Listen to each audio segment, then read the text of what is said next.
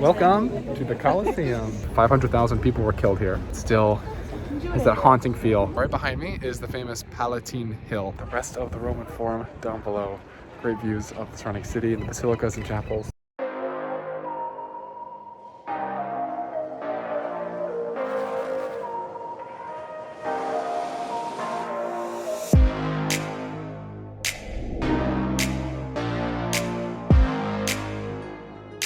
Welcome to the Coliseum. So before we began exploring the Coliseum and nearby attractions, we got a classic Italian breakfast consisting of juice, a cornetti or croissant, and a cappuccino at this really nice cafe.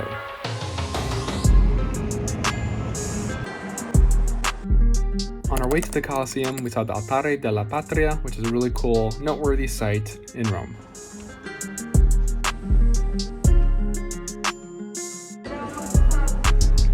A great thing about once you enter the Colosseum is the inside is a bit of a museum where you can see some old relics and historical sites and features, which really give you some cool context and also teach you a lot about the history of this world famous place where battle used to take place.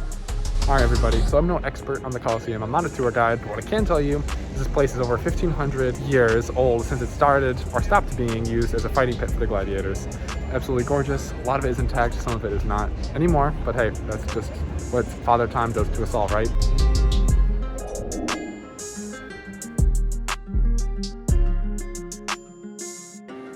Really gorgeous. You can see down there where some of the area started to be rebuilt, because throughout the years the use of it changed after it stopped being a fighting pit. And again, it stopped being a fighting pit about 600 AD, 600 AD, around that time period. Lots of other interesting things you can read about here, such as how other people took it to be part of the residence, or they used it for different agricultural functions and things like that. Really cool to see.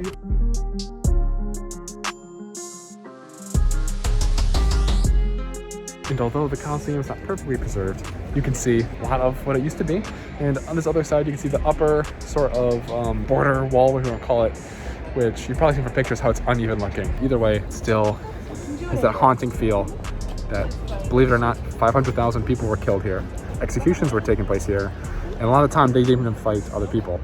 Animals were used for their executions or some sort of hunting spectacle, and a million different wild and exotic and whatever may have you animals were killed here. Pretty crazy stuff. After spending a couple of hours exploring the amazing and fantastic Colosseum, we had to wander around to the outside while of course stopping by the famous Arch of Constantine, which has 3 arches and is 21 meters tall. Alright everybody, so to get into the Colosseum, it's a little bit of a pretty penny, about $20 for just a general entry without a guide or anything. But what's really cool is they let you in for the whole day, 24 hours, and you also get access to 2 other sites that are right nearby. So right behind me is the famous Palatine Hill. Included in the $20 entry fee to the Colosseum is entry to the nearby Palatine Hill. With you I don't ever feel calm. I can feel the sweat inside my palms.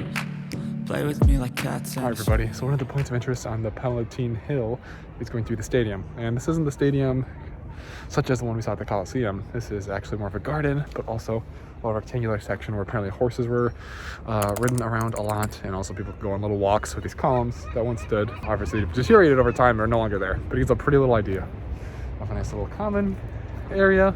If people went for walks or just spent time outside doing stuff that the Romans did back in the day. You don't understand the pain it brings. Palatine Hill was definitely worth a visit. There is so much to see and so many artifacts showing the old ways of Roman life. Addicted to you, and it's twisted. You've been gifted with the evil voodoo. Got me coming back for more, even when I've been screwed. And there's really great viewpoints of the Colosseum, such as the one I'm at right now. Look how freaking close I am, up and personal, because you can almost reach out and touch it. Being up close underneath it's a really cool feeling, because you can get a sense of scale and how massive it is. It's hard to really appreciate it when you're just gawking at it with your neck up, not being able to see the whole thing.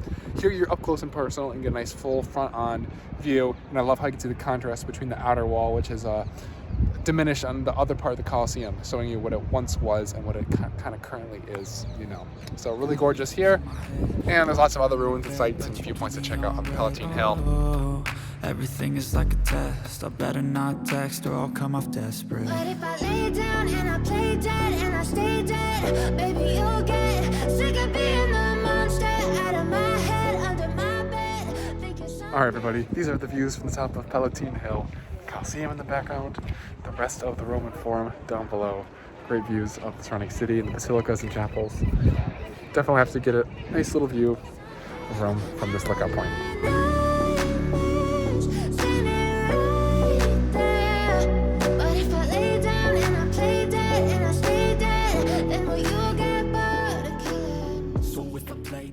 Also, you get access to one other point, which we're going to check out in a minute, and I'll show you what that looks like. Told your friend you're not okay, and tell me what's wrong and why you never said you felt that way.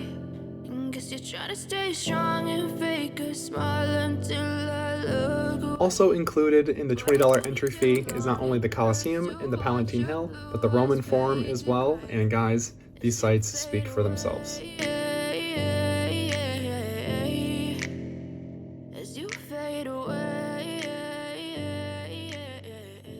Here we see the Temple of Saturn, a beautiful set of pillars standing up. And unfortunately, when I think of Saturn, I think of that famous painting of Saturn, or Kronos, in the Greek mythology, eating his sons, which you hear about and you're like, oh yeah, he ate his sons. It's kind of gross, but you see it visually represented by this sick artist. It adds another level to that definition or action. And tell me what's wrong and why you never said you. We spent the rest of our day 2 in Rome exploring the Roman Forum. Took a lot of energy and definitely worthwhile. Make sure to check out day 3 to see the Vatican City. Check out day 1 to see some of the other famous must-sees in Rome itself. As you fade